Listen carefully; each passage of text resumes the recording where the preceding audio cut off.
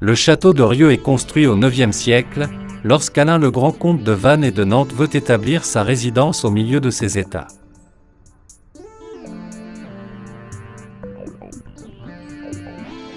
On lui doit la construction ou plutôt la restauration du château fort au même endroit, Castellum.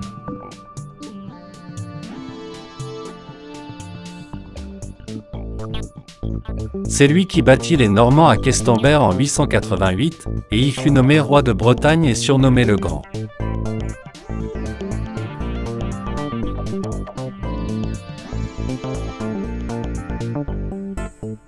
Malheureusement, en 1488, le château subit de graves dommages lors de la bataille de Saint-Aubin-du-Cormier qui a marqué la fin de l'indépendance de la Bretagne. Jean IV de Rieux, maréchal de Bretagne, a demandé l'aide de sa filleule, la duchesse Anne de Bretagne, pour reconstruire le château ainsi que d'autres bâtiments tels que les châteaux d'Elvin, Rochefort en terre et Ancenis.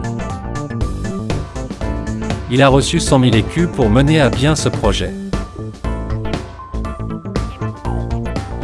Les seigneurs de Rieux, possédant de nombreuses propriétés, abandonnent peu à peu le château féodal qui avait plutôt une vocation militaire et finit par devenir des ruines.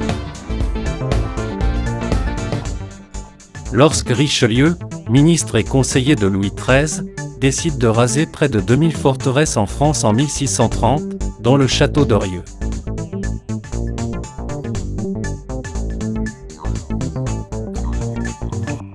Pour démanteler le château, tous les hommes valides des 15 paroisses sont mobilisés pour faire tomber les murs et surtout le donjon, qui dominait la Vilaine.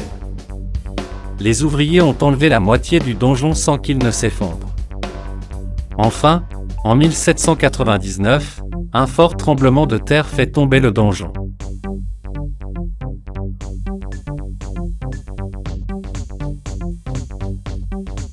D'énormes blocs de maçonnerie peuvent être vus en contrebas. Ils devaient ressembler à la forteresse de l'Argoët à Elvin.